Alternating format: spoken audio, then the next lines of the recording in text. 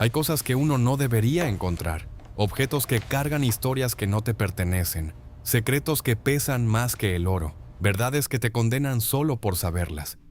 Yo encontré una mochila enterrada en el desierto de Sonora, a 40 kilómetros de Altar, el martes 14 de marzo de 2006. Y esa mochila me destruyó la vida que conocía para darme esta otra que ahora vivo, esta existencia de sombras y nombres prestados. Me llamo Carlos, aunque ese ya no es mi nombre real. El nombre que uso ahora lo elegí de una lápida en un cementerio de Centroamérica. Un hombre que murió a los tiempos míos, a 32 años, sin familia que reclamara su historia. Tomé prestada su identidad como quien toma prestado un abrigo en una tormenta. Llevo 11 años siendo él. 11 años mirando sobre el hombro cada vez que alguien me habla en español con acento del norte. 11 años despertando a las 3 de la mañana con el corazón desbocado porque soñé que las Suburbans negras me encontraron. Lo que voy a contar no lo sabe nadie, ni mi mujer actual, que cree que soy un comerciante que huyó de deudas, ni los 3 amigos que tengo en este país que no voy a nombrar, ni siquiera el cura al que le confesé mis pecados hace 6 años. Porque hay cosas que ni a Dios se le cuentan completas. Suscríbete a este canal porque voy a revelar qué contenía esa mochila, por qué casi me cuesta la vida, y cómo el hijo de Joaquín Guzmán Loera me dio a elegir entre 2 formas de desaparecer. Esta es la historia de cómo morí siendo Carlos Mendoza Ibarra, halcón del cartel de Sinaloa durante 7 años, y nací siendo este otro que ahora les habla desde un lugar donde el sol sale por el lado equivocado del mundo. Todo empezó porque yo era bueno para lo que hacía, demasiado bueno. Y en el movimiento ser demasiado bueno te pone en lugares donde no deberías estar, viendo cosas que no deberías ver. Llegué al cartel en 1999 cuando tenía 19 años. Mi tío Ramiro Mendoza, que en paz descanse, era cocinero en un rancho de la sierra. No cocinero de comida, cocinero de cristal.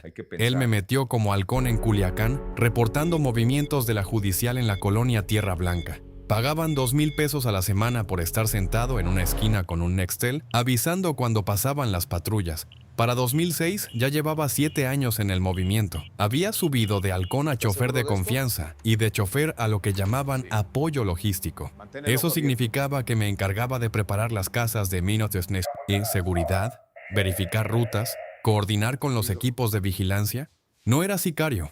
Nunca apreté un gatillo contra nadie. Mi trabajo era que otros pudieran hacer el suyo sin sorpresas. Mi jefe directo era un hombre llamado Heriberto Luján, 46 años, gordo como barril de cerveza, con un bigote que parecía escoba vieja.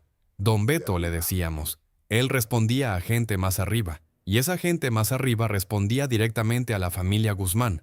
Yo vivía en un departamento en la colonia Guadalupe, cerca del estadio de los Tomateros. Compartía el lugar con otro del movimiento, Aurelio Coronel, 26 años, flaco como alambre, con una cicatriz que le cruzaba la ceja izquierda de cuando lo machetearon en una bronca de cantina. El flaco Aurelio era buena gente, hablador, siempre con un chiste pendejo en la boca, pero leal. Cuando desaparecí, seguro pensó que me habían tumbado. Nunca supo la verdad. El martes 14 de marzo de 2006, Don Beto me mandó a una vuelta rara. Tenía que ir al desierto de Sonora, cerca de Altar, a verificar una ruta que usaban para cruzar cargamentos hacia Arizona. Normalmente eso lo hacía gente de más arriba, pero había bronca con los Beltrán Leiva y andaban cortos de personal de confianza. Salí de Culiacán a las 4 de la mañana en una Toyota Tacoma blanca, modelo 2003, con placas de Sonora. Llevaba un Nextel, 2,000 pesos en efectivo, una pistola que nunca usé y un galón de agua.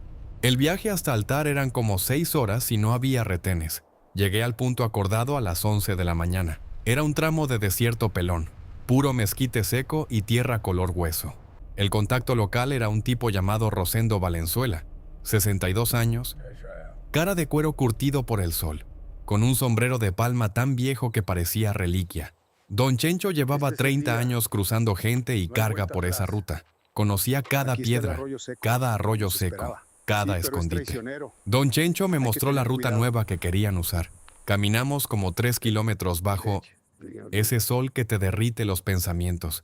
Él iba adelante, señalando marcas en las piedras, explicándome los puntos de agua, los lugares donde la migra tenía sensores. Fue en el kilómetro 2,5 cuando lo vi. Había un montículo de tierra que no cuadraba con el terreno. como si alguien hubiera cavado y vuelto a tapar, pero sin el cuidado suficiente. Don Chencho lo vio también. Se detuvo, se quitó el sombrero, se rascó la cabeza. Eso no estaba aquí hace 2 semanas, dijo. ¿Seguro? Morro. Llevo caminando esta ruta desde antes de que nacieras. Sé a cuándo algo no cuadra. Nos acercamos. Don Chencho sacó una pala plegable que cargaba en su morral. Empezó a cavar. Yo me quedé de pie, con la mano cerca de la pistola, mirando el horizonte por si había alguien. A los 20 centímetros de profundidad, la pala golpeó algo blando. Era una mochila. Marca North Face, color negro con detalles grises, tamaño mediano. Estaba envuelta en 2 bolsas de plástico negro, de esas de basura industrial. Don Chencho la sacó con cuidado, como si fuera una bomba. Me la pasó. Pesaba como 8 kilos. ¡Ábrela!, dijo Don Chencho. ¿Y si es droga? Si es droga, la volvemos a enterrar y aquí no pasó nada. Pero necesitamos saber qué chingados hay aquí. Tenía razón. Si alguien había enterrado algo en nuestra ruta, necesitábamos saber quién y por qué.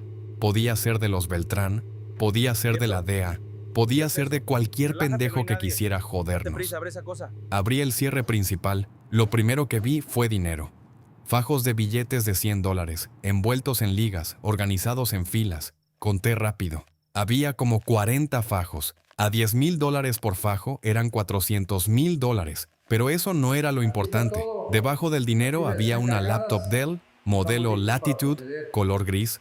Junto a ella, 3 teléfonos celulares. 2 Nokia y un Motorola. Y en el fondo, lo que me heló la sangre. Una libreta negra, tamaño carta, con el logo de una empresa de contabilidad en la portada. Y pegada a la libreta, con un clip, una credencial de elector. La foto era de un hombre joven, 20 y pocos años, con cara de niño rico. El nombre decía Alfredo Guzmán Salazar, el hijo del Chapo. Don Chencho se asomó por encima de mi hombro, vio la credencial, se persignó. «Chingada madre», susurró. «Chingada. Madre, morro. ¿Sabes qué es esto? Lo sabía. Claro que lo sabía. Esto no lo podemos tocar», dije. «Hay que enterrarlo y olvidar que lo vimos. No mames, si esto es del Alfredillo y alguien lo enterró aquí, significa que alguien se lo chingó, o que él lo escondió. De cualquier forma, esto es bronca del tamaño del mundo». Tenía razón. Si alguien le había robado a Alfredo Guzmán y había enterrado la evidencia en una ruta del cartel, había un traidor en la organización. Y si Alfredo había escondido esto él mismo, había una razón. Y esa razón probablemente era igual de peligrosa.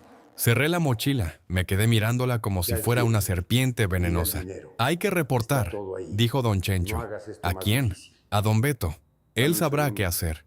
«Don Chencho, si reportamos esto, nos van a interrogar. Nos van a preguntar cómo lo encontramos, por qué lo abrimos, qué vimos. Y si lo que vimos no le conviene a alguien de arriba, nos van a tumbar para que no hablemos». El viejo se quedó callado. Sabía que tenía razón. «¿Y qué propones?», preguntó. No tenía respuesta. Nos quedamos ahí parados, bajo el sol del mediodía, con $400,000 y los secretos de un hijo del Chapo en las manos. Esa noche no dormí. Regresé a Culiacán con la mochila escondida bajo el asiento de la Tacoma, envuelta en una cobija vieja. Le dije a Don Beto que la ruta estaba limpia, que no había novedades. Él asintió, me pagó los viáticos, me mandó a descansar. El flaco Aurelio estaba en el departamento cuando llegué, viendo un partido de los Dodgers en la tele. «¿Cómo te fue, compa?», preguntó sin voltear. «Sin novedad. Puro. Desierto. ¡Qué hueva!». Yo anduve de guardia en una fiesta del señor. Puro buchón mamador presumiendo sus trocas. Me metí a mi cuarto, cerré la puerta, saqué la mochila de mi maleta y la escondí en el fondo del closet, detrás de unas cajas de zapatos viejos. Me senté en la cama, me quedé mirando la pared. Sabía que tenía que tomar una decisión. Podía entregar la mochila y arriesgarme a que me mataran por saber demasiado. Podía quedármela y arriesgarme a que me descubrieran. O podía intentar devolverla discretamente a Alfredo Guzmán sin que nadie supiera que yo la había encontrado. La tercera opción era la más pendeja, y fue la que elegí. Durante las siguientes 3 semanas investigué todo lo que pude sobre Alfredo Guzmán sin levantar sospechas. Pregunté cosas casuales a los compas, como quién andaba de cerca con los hijos del señor, dónde se la pasaban, qué negocios traían. Me enteré de que Alfredo, el segundo hijo del Chapo, tenía 21 años y andaba metiéndose cada vez más en el negocio. Era más discreto que su hermano mayor Iván, menos escandaloso, más calculador. Dicen que el Chapo lo estaba preparando para manejar la parte financiera del cartel. También me enteré de algo que me cambió todo. Alfredo tenía una novia secreta, una muchacha de buena familia de Culiacán, hija de un empresario ganadero, que no tenía nada que ver con el movimiento. La relación era clandestina porque el padre de ella había amenazado con mandarla a estudiar a España si se enteraba de que andaba con un Guzmán. La muchacha se llamaba Patricia Osuna Valdés. 23 años. Estudió administración en la UAS. Morena clara. Pelo largo hasta la cintura. Ojos color miel. La vi una vez, de lejos, saliendo de una cafetería en la colonia Chapultepec. Iba vestida sencilla, jeans y blusa blanca, pero se notaba que era de dinero. Caminaba como si el mundo le perteneciera. Pensé que la mochila tenía algo que ver con a ella. Que Alfredo había escondido dinero y documentos para protegerla, o para protegerse él de algo relacionado con ella. No sé por qué pensé eso. Intuición, supongo. O paranoia. El sábado 8 de abril de 2006 decidí actuar. Había averiguado que Alfredo frecuentaba un restaurante de mariscos en la costa, cerca de Altata. Iba los fines de semana, casi siempre solo o con 1 o 2 guaruras de confianza. Nada ostentoso, le gustaba la tranquilidad. Me presenté en el restaurante a las 2 de la tarde. Pedí una mesa, fui cerca de la entrada, ordené unos camarones a la diabla y esperé. Alfredo llegó a las 3:15. Venía con un solo guarura, un tipo enorme llamado Macedonio Leiva, 38 años, cara de bulldog, con una camisa hawaiana que no lograba disimular la pistola en la cintura. El maíz, le decían, tenía fama de ser leal hasta la muerte. Me levanté de mi mesa cuando Alfredo pasó junto a mí. El mace me bloqueó inmediatamente. ¿Qué quieres, morro?, gruñó. Traigo un mensaje para el señor Alfredo. Es privado. Los mensajes me los das a mí. Este no. Es sobre algo que se le perdió en el desierto. Alfredo, que ya había pasado de largo, se detuvo. Volteó. Me miró por primera vez. Tenía ojos fríos, calculadores, que no combinaban con su cara de niño rico. Ojos que habían visto cosas. Ojos que evaluaban si yo era una amenaza o una oportunidad. ¿Cómo te llamas?, preguntó. Carlos Mendoza. Trabajo con don Beto Luján en logística. ¿Y qué sabes de algo que se me perdió? Sé dónde está, y sé que usted lo quiere de vuelta antes de que alguien más lo encuentre. Alfredo miró al Max, luego me miró a mí, asintió levemente. Siéntate con nosotros. Esa fue la primera vez que crucé la línea. Sentarme a la mesa de un hijo del Chapo sin autorización de mis superiores era saltarse la cadena de mando. En el cartel, saltarse la cadena de mando era sentencia de muerte. Pero ya era tarde para arrepentirme. Nos sentamos en una mesa al fondo, lejos de las ventanas. El mace se quedó de pie, vigilando. Alfredo pidió una cerveza Pacífico. Yo pedí agua. Necesitaba la cabeza clara. Habla, dijo Alfredo. Le conté todo. El viaje al desierto, el montículo de tierra, la mochila, lo que contenía. No mencioné a don Chencho. Dije que estaba solo cuando la encontré. Alfredo escuchó sin interrumpir. Su expresión no cambió ni una vez. Cuando terminé, tomó un trago largo de su cerveza. ¿Por qué no la entregaste a tu jefe?, preguntó. Porque no sabía si él era parte del problema. ¿Y por qué me la traes a mí directamente? Porque es suya. Y porque pensé que usted querría saber quién la enterró ahí. ¿Tú sabes quién la enterró? No, pero puedo averiguarlo. Alfredo sonrió. Fue una sonrisa fría, sin humor. ¿Y qué quieres a cambio? Nada. Nadie hace nada por nada. Quiero seguir vivo. Si entrego esto por los canales normales, alguien va a decidir que sé demasiado. Prefiero que usted sepa que soy leal. Se quedó callado un momento. Me estudió como si fuera un animal raro que acabara de encontrar. Trae la mochila mañana a las 10 de la noche. Te voy a mandar una ubicación al Nextel. Ven solo. Sí, señor. ¿Y Carlos? ¿Sí? Si esto es una trampa, si trabajas para alguien más, si me estás jugando chueco, te voy a encontrar. Y lo que te voy a hacer va a durar semanas. Entendido. Me levanté. Salí del restaurante. Manejé de regreso a Culiacán con las manos temblando en el volante.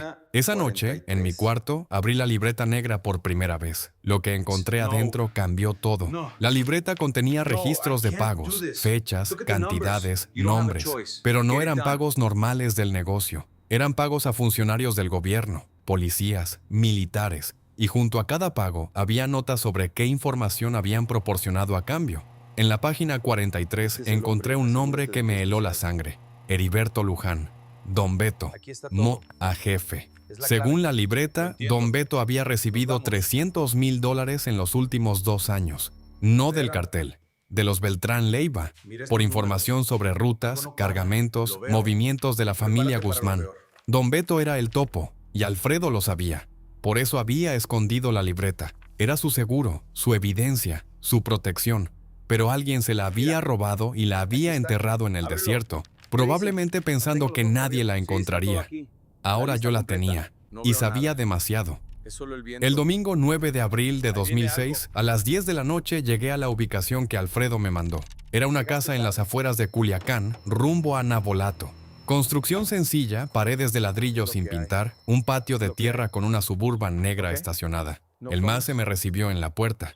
Me revisó de armas, me quitó el Nextel, me llevó adentro. Alfredo estaba sentado en una sala modesta, con muebles de madera vieja y un televisor apagado. Había otra persona con él, un hombre joven, nato 25 años, con cara de pocos amigos y una cicatriz reciente en el cuello. Después supe que era Néstor Isidro Pérez Salas, el Nini, que en esos años apenas estaba subiendo en la organización, pero ya tenía fama de ser implacable. ¿Traes la mochila?, preguntó Alfredo. Se la entregué. La abrió, revisó el contenido, contó los fajos de dinero, encendió la laptop que pedía contraseña. Luego tomó la libreta, la abrió en la página 43. ¿La leíste?, preguntó sin mirarme. Podía mentir, decir que no, pero algo me dijo que mentirle a este hombre era peor que decirle la verdad. Sí. ¿Y qué piensas? Pienso que Don Beto es un traidor, y pienso que usted ya lo sabía. Alfredo cerró la libreta. Me miró. ¿Sabes por qué no lo he tumbado todavía?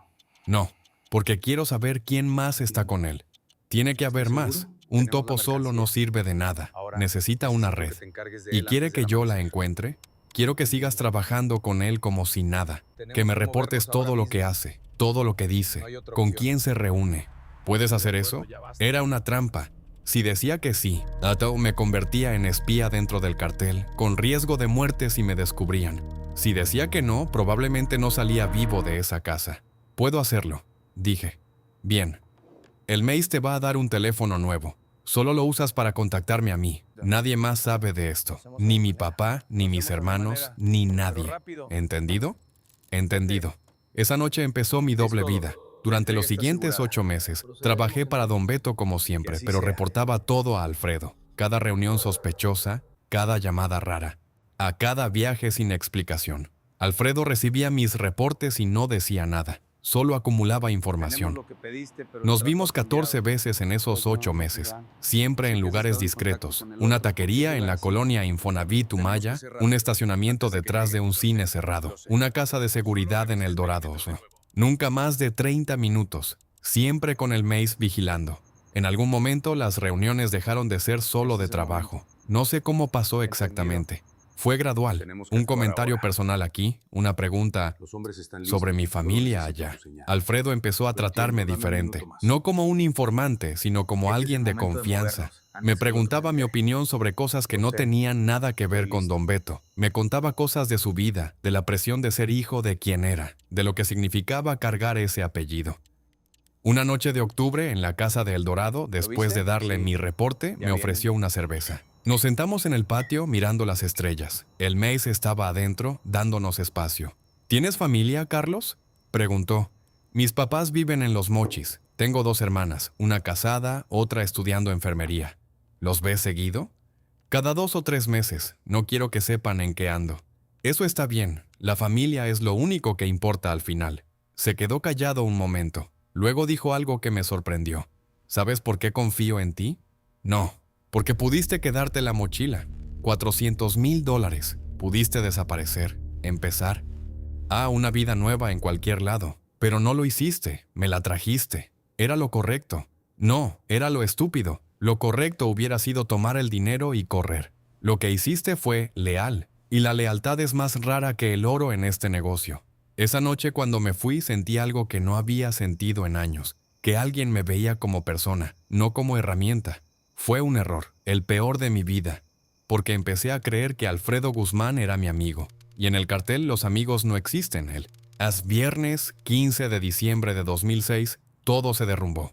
Yo estaba en mi departamento preparándome para ir a una posada que organizaba Don Beto. El flaco Aurelio ya se había ido adelante. Yo iba a alcanzarlo en una hora. A las 7 de la noche tocaron la puerta. Abrí pensando que era el flaco que había olvidado algo. Eran 3 hombres con pasamontañas. Me golpearon antes de que pudiera reaccionar. Me tiraron al piso. Me amarraron las manos con cinta gris. Me metieron una bolsa negra en la cabeza. Me arrastraron afuera. Me aventaron o saquea a una cajuela. Escuché puertas cerrándose, un motor arrancando, llantas chirriando. El viaje duró 43 minutos, los conté. Cada minuto era una eternidad. Pensé en todas las formas en que podía morir. Balazo en la nuca, descuartizado vivo, quemado en un tambo de ácido, colgado de un puente. Pensé en mis papás recibiendo la noticia, en mis hermanas llorando, en la urna con cenizas de alguien más que les entregarían. Pensé en Alfredo. ¿Me había traicionado? ¿Alguien había descubierto que yo le reportaba? ¿Don Beto se había enterado? La camioneta se detuvo. Me sacaron de la cajuela. Me quitaron la bolsa de la cabeza. Estaba en un rancho. Construcción grande, paredes blancas, techo de teja roja. Había como 10 camionetas estacionadas y al menos 20 hombres armados. Antorchas iluminaban el patio. Me llevaron adentro. Me sentaron en una silla de madera en medio de una sala. ¡Qué grande! Frente a mí, en un sillón de cuero, estaba el hombre más buscado del mundo. Joaquín Guzmán Loera, el Chapo. Era más bajo de lo que imaginaba, unos 65 tal vez.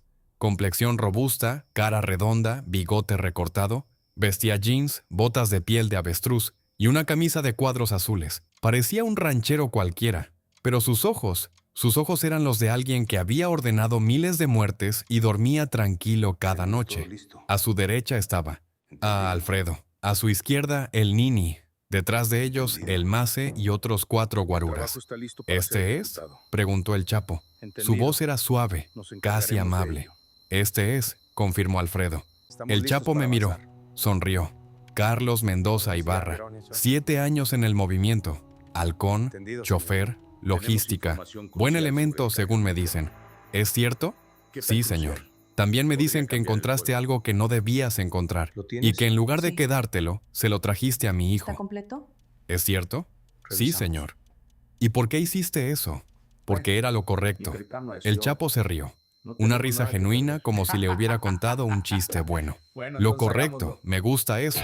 Alfredo me dijo lo mismo. Dice que eres leal. Trato de serlo, señor. También me dicen que has estado espiando a Heriberto Luján estos últimos meses, que le reportas todo a mi hijo. ¿Es cierto? Sí, señor. ¿Y qué has descubierto? Le conté todo. Los nombres que había identificado como parte de la red de Don Beto. Las reuniones secretas. Los movimientos de dinero. Todo lo que había acumulado en 8 meses de espionaje. El Chapo escuchó sin interrumpir. Cuando terminé, asintió lentamente. Buen trabajo, dijo. Muy buen trabajo. Luego su expresión cambió. Se volvió fría, calculadora. Pero hay un problema, Carlos. ¿Sabes cuál es? No, señor. El problema es que sabes demasiado. Sabes quiénes son los topos. Sabes cómo los descubrimos. Sabes que mi hijo ha estado manejando esto sin consultarme. Y sabes dónde estoy yo ahorita, en este rancho, rodeado de mi gente. Se inclinó hacia adelante. En mi negocio, la gente que sabe demasiado es un riesgo. Y los riesgos se eliminan. Sentí que el mundo se me venía encima. Miré a Alfredo. Su cara era de piedra. No iba a ayudarme. Sin embargo, continuó el Chapo, mi hijo me ha pedido que te dé una oportunidad. Dice que eres diferente, que tu lealtad es genuina. ¿Es cierto, Alfredo? Es cierto, papá. Carlos me demostró que se puede confiar en él. El Chapo me miró de nuevo. Voy a darte 2 opciones, Carlos. Escucha bien, porque no las voy a repetir. Se levantó del sillón. Caminó hacia mí. Se detuvo a medio metro de distancia. Opción 1, te tumbo ahora mismo. Tu cuerpo desaparece en la sierra. Le decimos a tu familia que moriste en un operativo. Les mandamos una urna con cenizas de alguien más. Nadie sabe nada. Mensaje claro para cualquiera que piense en traicionarme. Hizo una pausa. Opción 2, desapareces pero vivo. Nueva identidad, otro país. Nunca regresas a México. Nunca contactas a nadie de aquí. Mueres como Carlos Mendoza y naces como alguien nuevo. Te doy dinero para empezar, contactos para establecerte, apoyo durante un año, pero si regresas, si contactas a alguien, si hablas de lo que sabes, el trato expira y la opción 1 se activa automáticamente. Se inclinó hacia mí. Tienes 30 segundos para decidir. Miré alrededor de la sala. Los guaruras con sus cuernos de chivo, el Nini con su cara de psicópata, el Meise inmóvil como estatua, Alfredo sin expresión. Pensé en mis papás, en mis hermanas, en el flaco Aurelio, en la vida que conocía. Pensé en morir en ese rancho, en convertirme en cenizas anónimas. Pensé en vivir. En otro nombre, otro país, otra existencia. Los 30 segundos más largos de mi vida. Elijo vivir, dije. El Chapo asintió. Buena elección. Se alejó de mí, volvió a sentarse en su sillón. Alfredo te va a explicar los términos. Tienes 24 horas para arreglar tus asuntos. Mañana a las 6 de la mañana, un carro te va a recoger. En tu departamento, te va a llevar al aeropuerto de Mazatlán. Vuelo a Ciudad de México, conexión a Guatemala, de ahí a donde te manden. Hizo una seña al Mace. Llévatelo, que Alfredo le explique todo. Me levantaron de la silla, me sacaron de la sala. Me llevaron a otra habitación donde Alfredo me esperaba solo. Cerró la puerta. Por primera vez, su expresión se suavizó. Lo siento, Carlos, dijo. No pude hacer más. ¿Por qué? Pregunté. ¿Por qué me diste esta oportunidad? Porque me demostraste que la lealtad todavía existe. Y porque me caes bien, cabrón. Eres el único que me ha tratado como persona en mucho tiempo. Me dio un folder con documentos. Pasaporte guatemalteco con mi foto, pero otro nombre. Acta de nacimiento falsa, licencia de conducir, tarjetas de crédito. Hay una cuenta en un banco de Guatemala con $50,000. Dijo, vas a recibir 5,000 mensuales durante un año. Después de eso, estás solo. ¿Y mi familia? Les vamos a decir que moriste en un operativo contra los Beltrán. Tus papás van a recibir una pensión. Tus hermanas van a estar protegidas. Pero no puedes contactarlos. Nunca. Si lo haces. Lo sé. El trato expira. Alfredo asintió. Una cosa más, dijo. Don Beto y su gente van a caer esta noche. Cuando amanezca ya no van a existir. Tú no tuviste nada que ver. ¿Entendido? Entendido. Me extendió la mano, se la estreché. Cuídate, Carlos, o como te llames ahora. Cuídate tú también. Esa fue la última vez que vi a Alfredo Guzmán. Me llevaron de regreso a Culiacán en la cajuela de otra camioneta. Me dejaron a 2 cuadras de mi departamento. Eran las 11 de la noche. Caminé hasta el edificio. Subí las escaleras. Abrí la puerta. El flaco Aurelio no estaba. Probablemente seguía en la posada de Don Beto. La posada donde, en unas horas, iban a arrestar o matar a todos los traidores. Me senté en mi cama. Saqué el folder con mi nueva identidad. Lo miré por mucho tiempo. Mi teléfono personal empezó a vibrar. Mensajes entrando. Eran de Lucía Armenta, una muchacha con la que había salido un par de veces. 22 años. Cajera en un Oxxo, sonrisa bonita. No sabía nada de mi vida real. El primer mensaje decía, ¿vas a venir a la posada? Te estoy esperando. El segundo, Carlos, contesta, ¿estás bien? El tercero, ¿me estás asustando? ¿Pasó algo? El cuarto, por favor, aunque sea dime que estás vivo. Quise responder, explicarle algo, despedirme. No pude. Si lo hacía, el trato expiraba. Apagué el teléfono.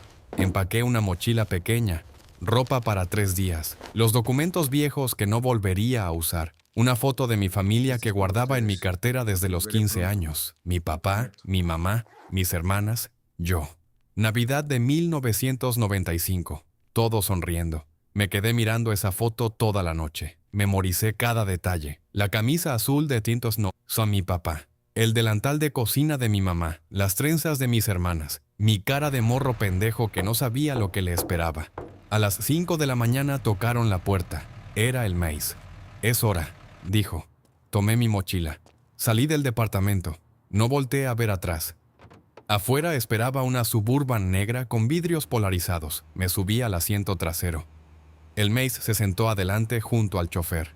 Al aeropuerto de Mazatlán. Ordenó. El carro arrancó.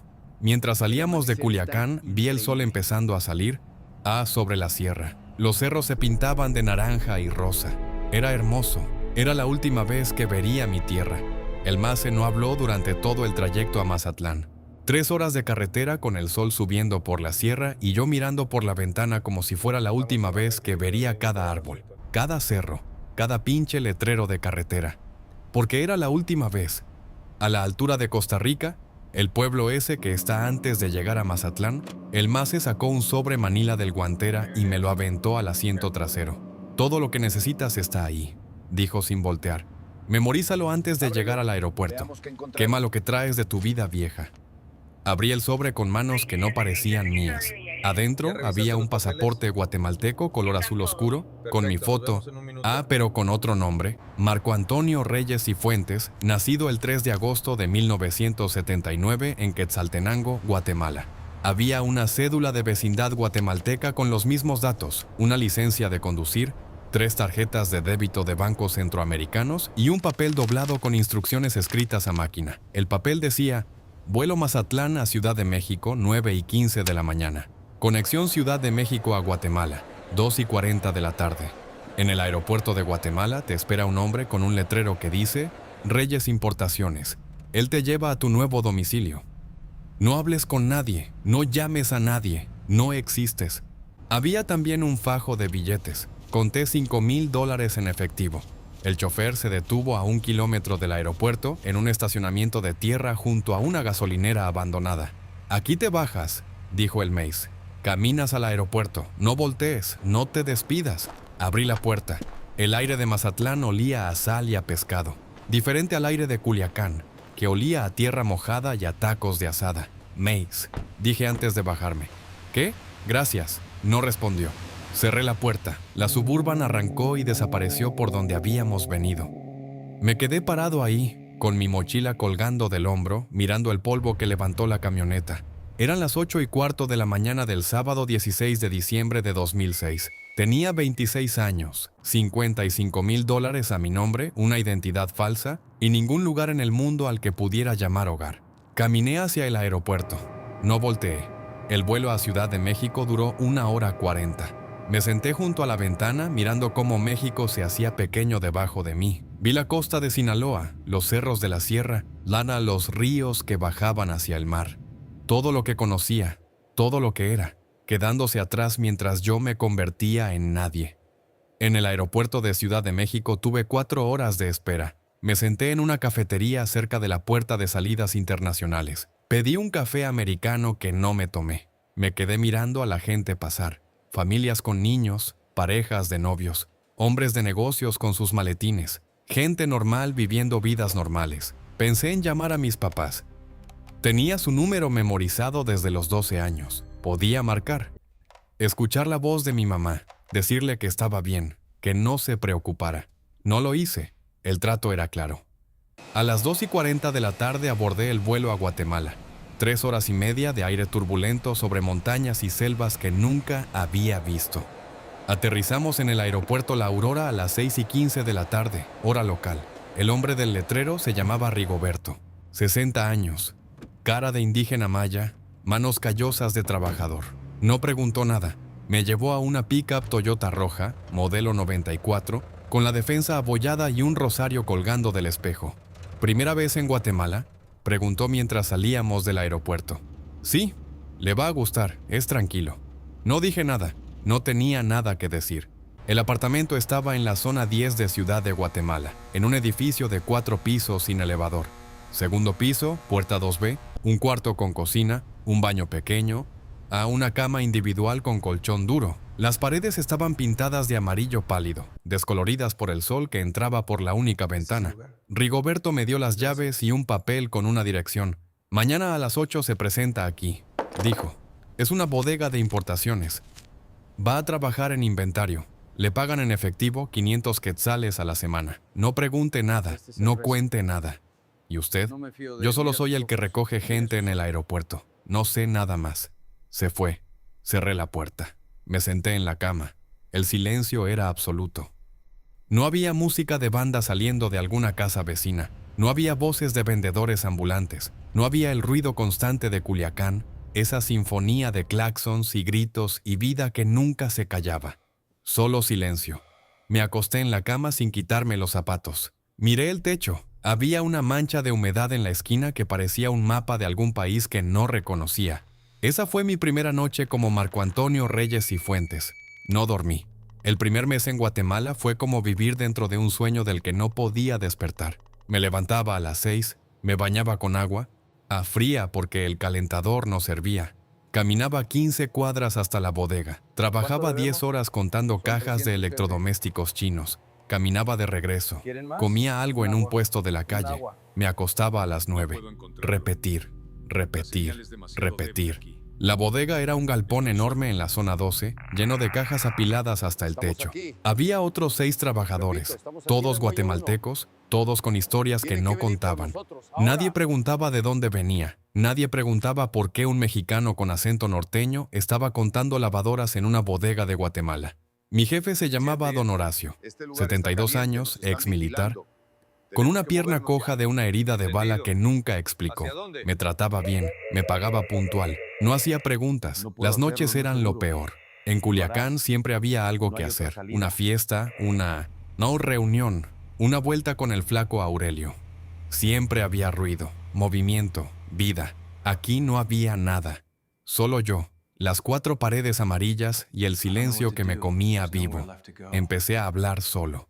Primero en voz baja, murmurando cosas mientras cocinaba frijoles en la estufa de 2 quemadores. Después en voz alta, teniendo conversaciones completas con personas que no estaban ahí. Le hablaba a mi mamá, le contaba cómo me había ido en el trabajo, qué había comido, cómo estaba el clima. Le decía que la extrañaba, que sentía no haber sido mejor hijo, que esperaba que algún día pudiera perdonarme por desaparecer sin despedirme. Le hablaba al flaco Aurelio, le contaba chistes pendejos que él hubiera disfrutado. Me reía solo, como loco, y después me quedaba callado sintiendo el peso del silencio. Le hablaba a Alfredo, le preguntaba si había hecho lo correcto, si valía la pena estar vivo así, si alguna vez pensaba en mí. No había respuestas, solo eco. El insomnio se volvió mi compañero constante. Me dormía a las 3, me despertaba a las 5, caminaba como zombie hasta la bodega. Don Horacio me preguntó una vez si estaba enfermo. Le dije que solo era el cambio de clima. Guatemala era diferente a Sinaloa en todo. El aire era más húmedo, más pesado. Olía a flores que no conocía y a humo de leña. La comida era más suave, menos picante, con sabores que mi paladar no reconocía. La gente hablaba diferente, con un cantadito que me costaba entender al principio. Pero lo peor era el frío. No el frío de temperatura, porque Guatemala es templado. El frío de adentro, el frío de no pertenecer a ningún lado, de no tener a nadie que te conozca, de ser un fantasma caminando entre los vivos. Fue el 14 de enero de 2007, exactamente un mes después de mi llegada, cuando llegó el paquete. Estaba en el buzón del edificio cuando regresé del trabajo. Una caja pequeña, del tamaño de un libro, envuelta en papel craft sin remitente. Solo decía M. Reyes, 2B, escrito a mano con letra que no reconocí. Subí al apartamento, cerré la puerta con llave, me senté en la cama con la caja en las manos. La abrí despacio, como si fuera a explotar. Adentro había un teléfono celular Nokia, modelo 1100. De esos básicos que solo sirven para llamar y mandar mensajes. Estaba apagado. Junto a él había una nota escrita a máquina en papel blanco, sin firma, sin membrete. La nota decía: este teléfono es para emergencias, solo emergencias. Si lo usas para otra cosa, sabremos. Si lo pierdes, sabremos. Si alguien más lo toca, sabremos. Memoriza el número que está guardado en contactos. Bórralo después de memorizarlo. No llames a menos que tu vida dependa de ello. Encendí el teléfono. Había un solo contacto guardado. Sin nombre, solo un número con código de área de México. Lo memoricé en 30 segundos. Lo borré. Apagué el teléfono. Lo envolví en una camiseta vieja. Lo escondí en el fondo del closet detrás de mis zapatos. Era como tener una pistola, cargada en el apartamento. Sabía que estaba ahí.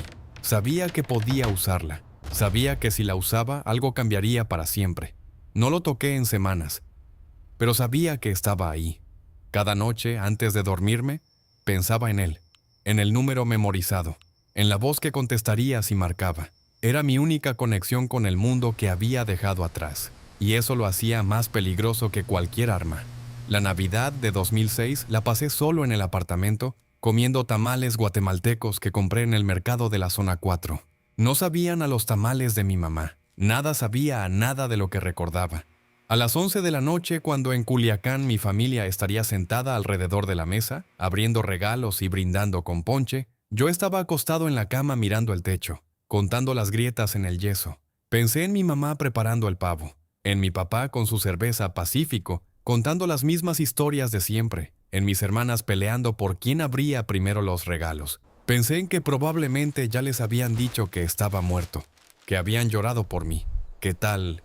¿Ves? Ya habían hecho una misa, puesto flores en algún altar, rezado por mi alma. Yo estaba vivo, pero para ellos estaba muerto, y eso era peor que estar muerto de verdad. El 7 de febrero de 2007 fue mi cumpleaños número 27. Lo pasé trabajando en la bodega, contando refrigeradores Daewoo que llegaron en un contenedor de China. Nadie sabía que era mi cumpleaños. Nadie me felicitó. Nadie me cantó las mañanitas. Esa noche, cuando regresé al apartamento, saqué el teléfono del closet. Lo miré por mucho tiempo.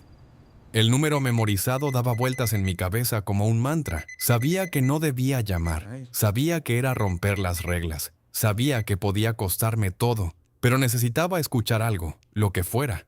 Una voz que me confirmara que el mundo que había dejado atrás todavía existía. Marqué el número. Sonó 3 veces. 4, 5. Contestó una voz de hombre que no reconocí. ¿Quién habla? Soy el de Guatemala. Silencio. Escuché ruido de fondo como si estuviera en una fiesta o un restaurante. Es emergencia. No, solo quería saber si mi familia está bien. Más silencio. Escuché que el hombre se alejaba del ruido, que una puerta se cerraba. ¿Sabes que no deberías estar llamando? Lo sé. ¿Sabes lo que puede pasar si sigues rompiendo las reglas? Lo sé, otro silencio, más largo. Tu familia está bien, dijo finalmente. Les dijeron que moriste en un enfrentamiento con los Beltrán. Hicieron una misa. Tu mamá llora mucho, pero está bien. Tus hermanas están bien. Tu papá está bien. Sentí que algo se rompía adentro de mí. Una presa que había estado conteniendo todo durante 2 meses. Gracias. Dije con la voz quebrada. No vuelvas a llamar a menos que sea emergencia real. La próxima vez no voy a contestar. Colgó. Me quedé sentado en el piso del apartamento, con el teléfono en la mano, llorando como no había llorado desde que era niño. Mi mamá creía que estaba muerto. Lloraba por mí. Había hecho una misa por mi alma. Y yo estaba aquí, vivo, solo, contando refrigeradores en una bodega de Guatemala. Esa noche aprendí que hay cosas peores que morir. Vivir sabiendo que tu familia te llora es una de ellas. Los meses siguientes fueron un ejercicio de supervivencia, no de supervivencia física porque Guatemala era seguro, tranquilo, sin amenazas reales. Supervivencia emocional. Aprender a existir sin pertenecer a nada ni a nadie. En marzo de 2007 empecé a ir a una cancha de fútbol cerca de mi apartamento. Había un grupo de hombres que jugaban los domingos por la mañana. Guatemaltecos, salvadoreños, hondureños, un par de colombianos. Gente del barrio que se juntaba a patear un balón y a olvidarse de sus problemas por un par de horas. Me invitaron a jugar después de verme sentado en las gradas 3 domingos seguidos. Oye, mexicano, me gritó uno de ellos, un salvadoreño gordo llamado Chema. ¿Vas a jugar o nomás a mirar? Me uní al equipo que iba perdiendo. Jugué de mediocampista, como cuando era morro en Culiacán. Metí un gol de pura suerte, un tiro desviado que se coló por debajo del portero. El equipo me celebró como si hubiera ganado el mundial. Después del partido, Chema me invitó a una cerveza en una tienda de la esquina. Acepté. ¿De dónde eres?, preguntó mientras abría una gallo. De Quetzaltenango. Mentí. No mames, hablas como norteño mexicano. Viví muchos años en el norte, por trabajo. ¿Y qué haces aquí? Trabajo en una bodega, inventario. Chema asintió. No preguntó más. En Centroamérica la gente aprende a no hacer preguntas. Todos tienen historias que no quieren contar.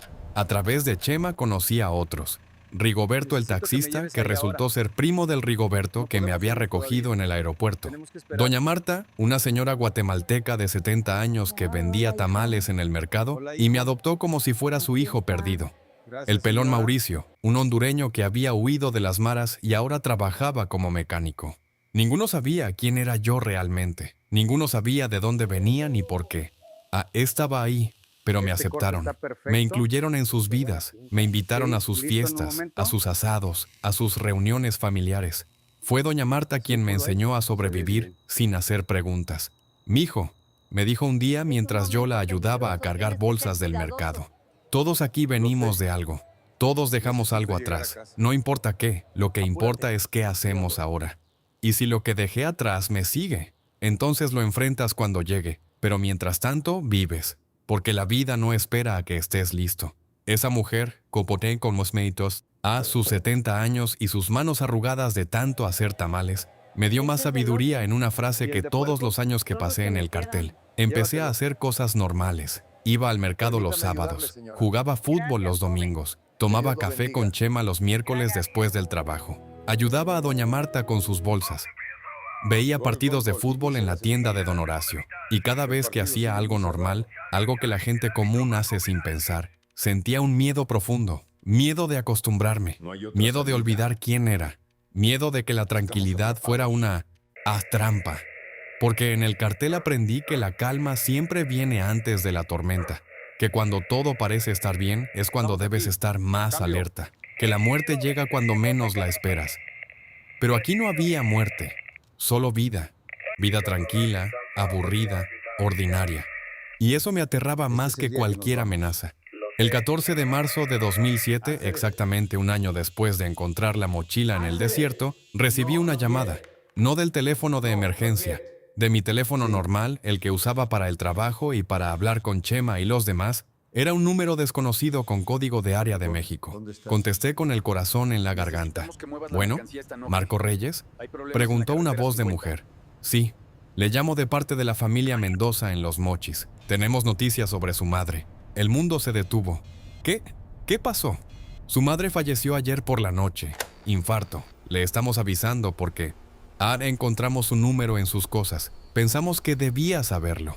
Silencio. ¿Señor? ¿Sigue ahí? Sí. No. Dije con Dígame voz que que no es no cierto. parecía mía.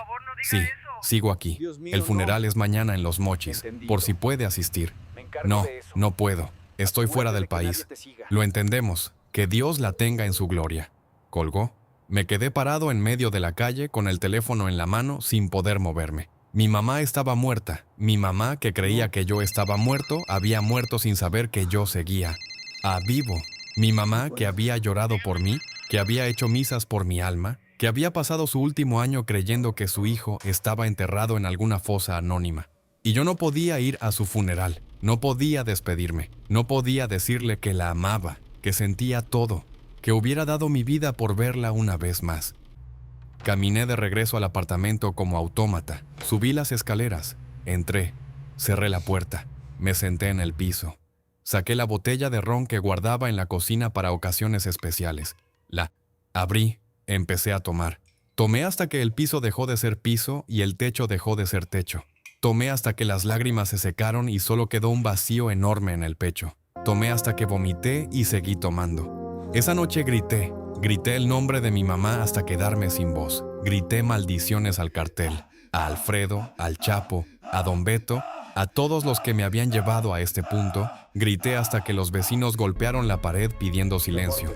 Después me quedé callado, tirado en el piso, con el vómito seco en la camisa, mirando el techo amarillo. Mi mamá estaba muerta y yo estaba solo, completamente solo. Esa fue la noche más oscura de mi vida. Más oscura que la noche en el rancho del Chapo. Más oscura que cualquier cosa que había vivido en el cartel. Porque esa noche entendí que ya no me quedaba nada. Ni familia, ni patria, ni identidad. Solo un nombre falso. Un apartamento, vacío.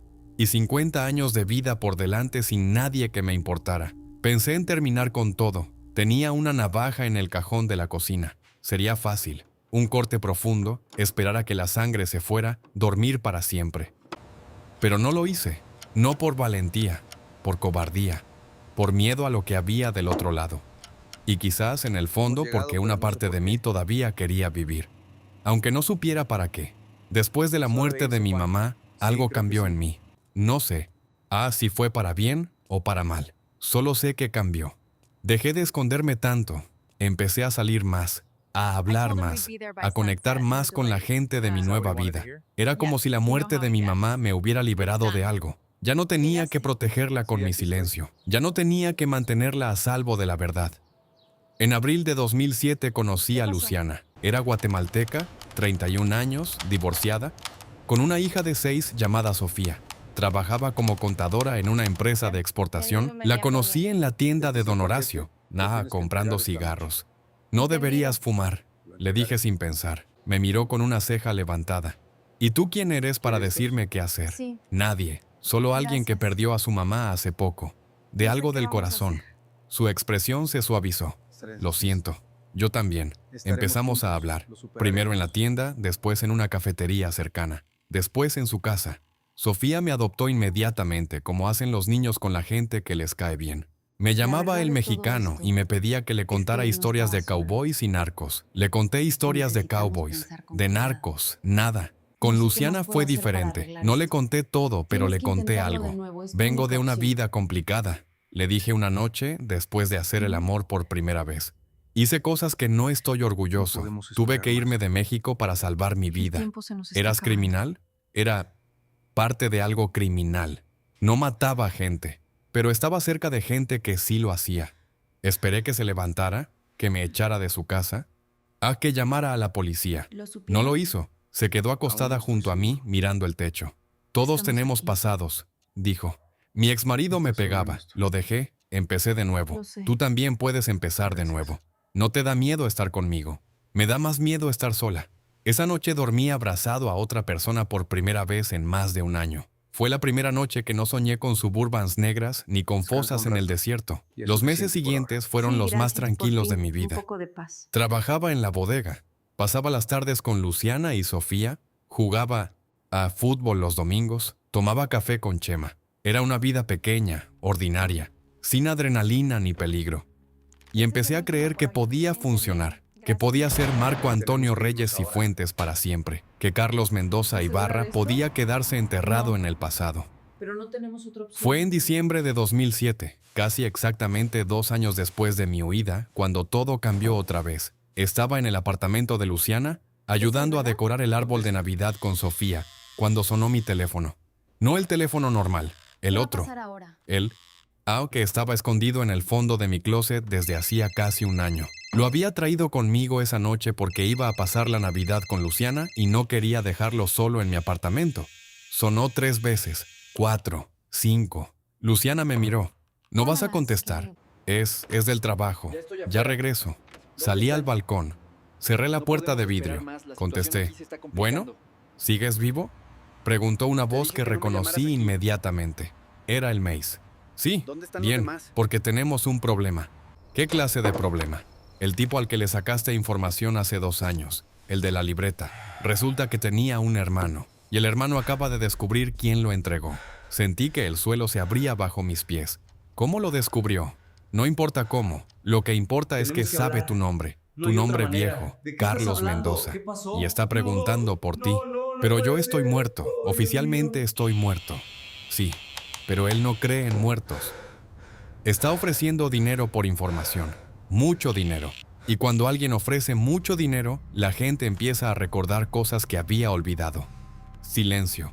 Escuché la risa de Sofía adentro del apartamento, el villancico que sonaba en la radio, el ruido de la vida normal que estaba a punto de perder.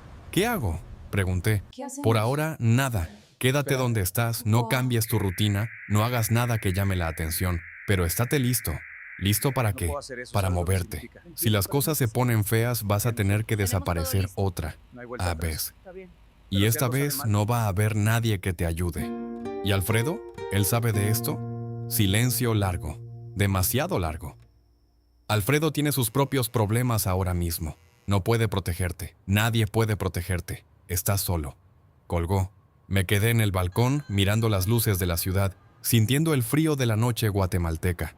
Adentro, Luciana y Sofía seguían decorando el árbol, ajenas a todo, felices. Y yo sabía que esa felicidad tenía fecha de caducidad, que el pasado que había dejado atrás estaba volviendo a buscarme.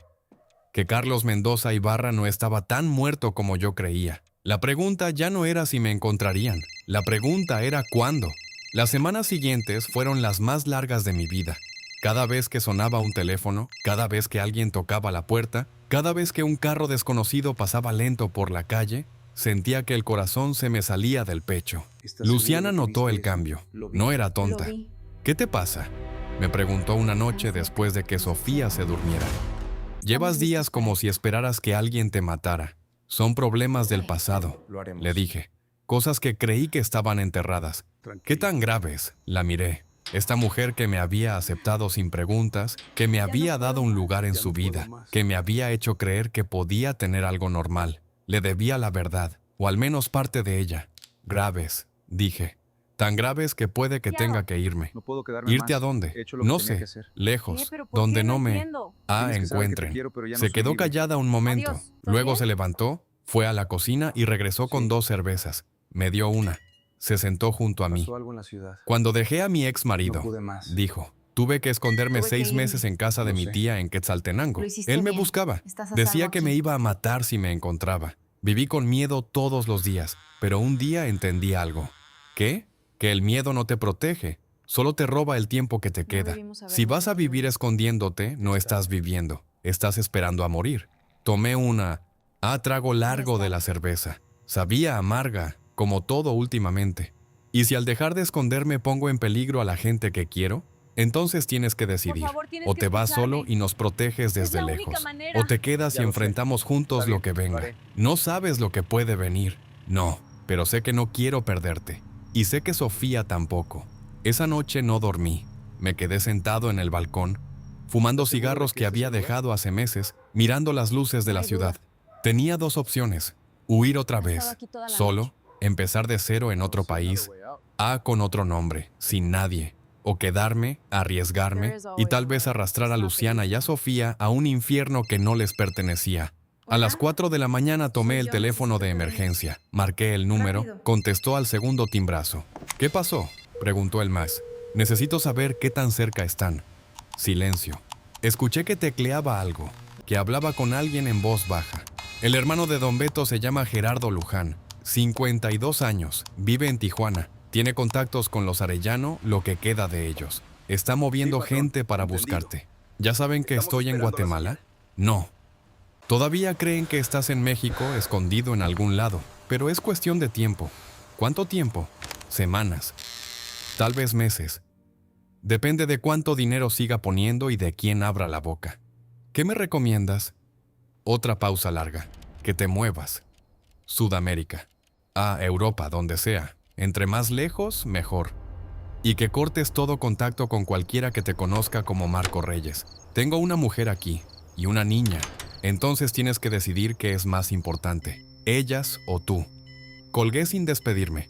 Me quedé mirando el teléfono en mi mano. Este aparato que era mi única conexión con el mundo que había dejado atrás. Esta línea invisible que me ataba a Sinaloa, al cartel, a todo lo que había sido Carlos Mendoza. Y entendí algo que debía haber entendido hace mucho tiempo. Mientras tuviera ese teléfono, mientras mantuviera esa conexión, nunca iba a ser libre. Siempre iba a estar esperando la siguiente llamada, la siguiente amenaza, la siguiente razón para huir. Abrí la ventana del balcón, miré el teléfono una última vez y lo aventé. Lo vi caer 4 pisos hasta el callejón de abajo.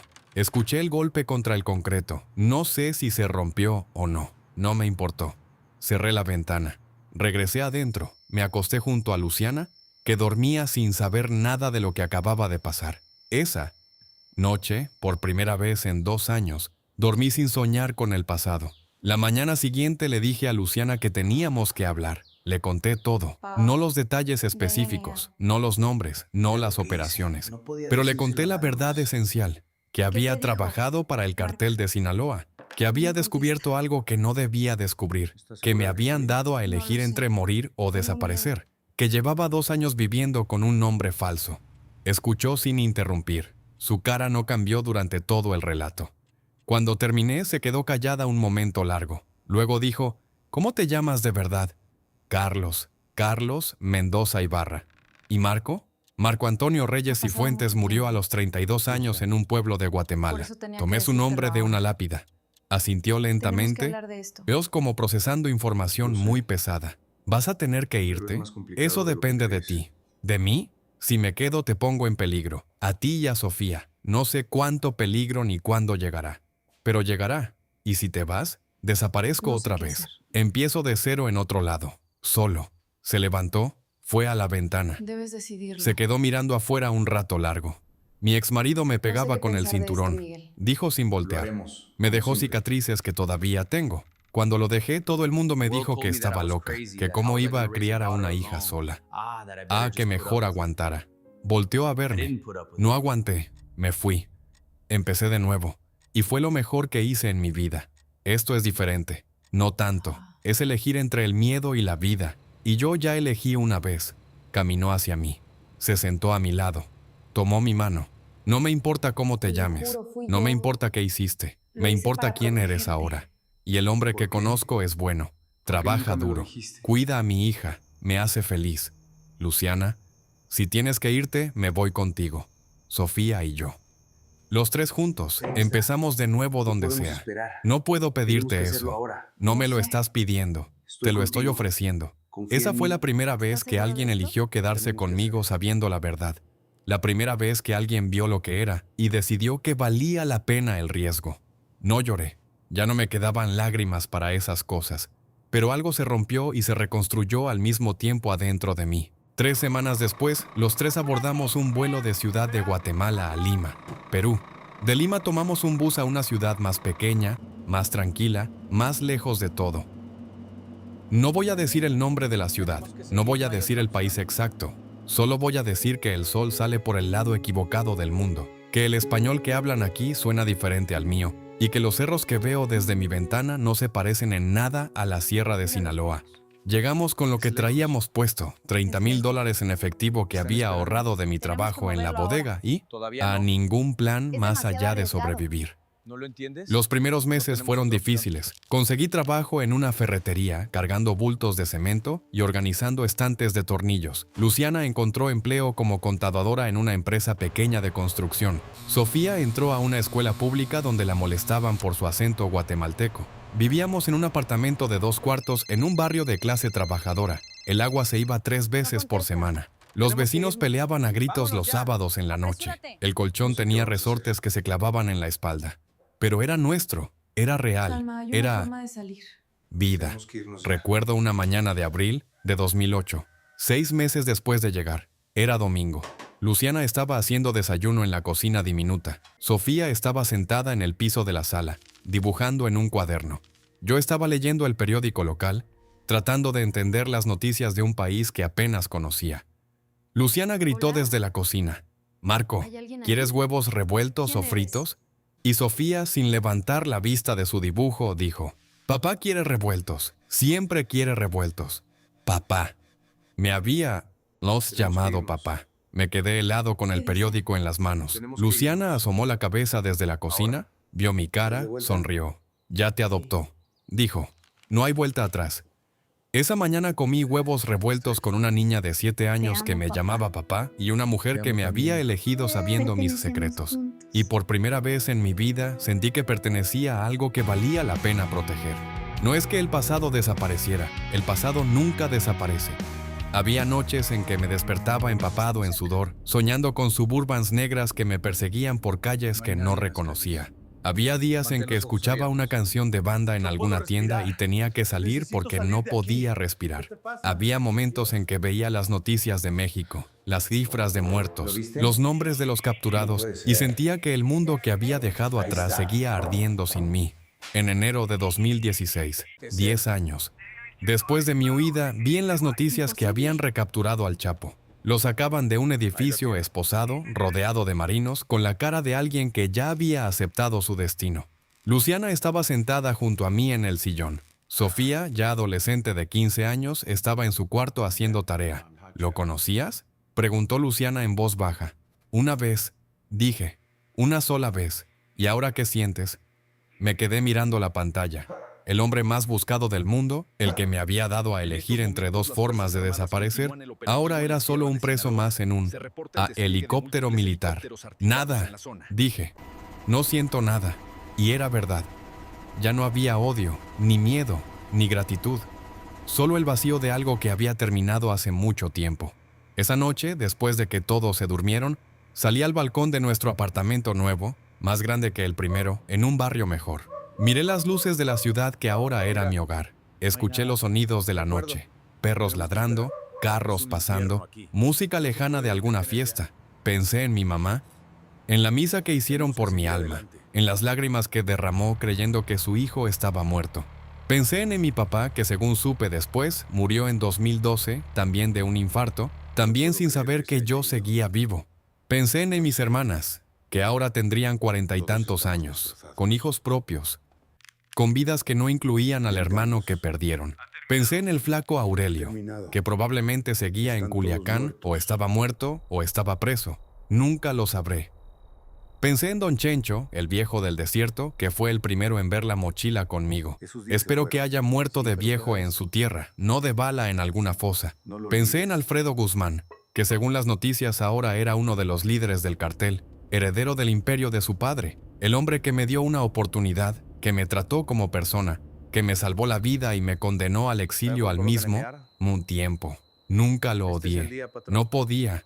Me había dado la opción de vivir cuando pudo simplemente matarme. Eso no se olvida, pero tampoco lo perdoné, porque el precio de esa vida fue todo lo demás. La culpa no se va. Aprendes a vivir con ella, como aprendes a vivir con una cicatriz o con una pierna coja. Está ahí, siempre, recordándote lo que perdiste, lo que dejaste atrás, lo que sacrificaste. Cada cumpleaños de mi mamá, el 3 de septiembre, prendo una vela en mi cuarto y le hablo en novesmeta. Silencio. Le cuento cómo me fue en el año, qué hice, qué logré. Le digo que la extraño. Le pido perdón por no haber estado cuando murió. Cada día de muertos pongo un altar pequeño, escondido en el closet para que Sofía no pregunte demasiado. Fotos viejas que logré guardar, la única que tenía de mi familia. Pan de muerto que compro en una panadería mexicana que encontré en el centro, veladoras que huelen a cera barata. Luciana sabe del altar, no pregunta, solo me deja ese día en paz, me deja con mis fantasmas.